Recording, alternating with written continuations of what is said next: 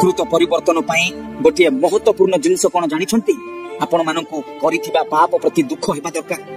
आपण माने सही पाप रु मुक्ति पाइबा को इच्छा रहिबा दरकार एवं आपण मानू सही पाप पई विकल हेबा दरकार, ओळी करिबा दरकार, मन को भांगी की परमेश्वर को निकट को आसीबा दरकार। आसु नाही काहेकि कारण इच्छा इच्छा आज पर्यंत जाई नाही। तेनु हमकु कोन लागुछि आमे कांदिलु तो लुह बाहरी गला तो क्षमा मिली गला, किंतु सही पाप रु बाहरीबा पई मुक्ति पाइबा पई इच्छा नाही। मने रखंतु एमिति कले आपण माने एही दुनिया छाडी के चली जिवे पछे केबे परिवर्तन हेई परिबे नाही। क्षमा तो मागुछु, लुह मध्य बाहर करूछु सत कथा, किंतु एबे मध्य आपण मानक भितरे पाप प्रति लालसा पूर्ण हेकि रहिछि।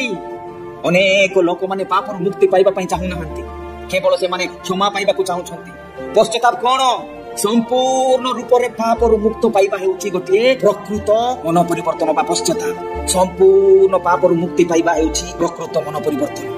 प्रभु पाखक आसी केवल क्षमा मागु नाहंती, बरं सही पाप रु मुक्ति मध्य पाइबा को व्याकुल हेई अळी करूछंती। पश्चाताप कोन संपूर्ण रूप रे पाप रु मुक्ति पाइबा हेउछि प्रकृत मन परिवर्तन। प्रभु पाखक आसी केवल क्षमा मागु नाहंती, बरं सही पाप रु मुक्ति मध्य पाइबा को विकल होई बा व्याकुल होई परमेश्वर को अळी करूछंती।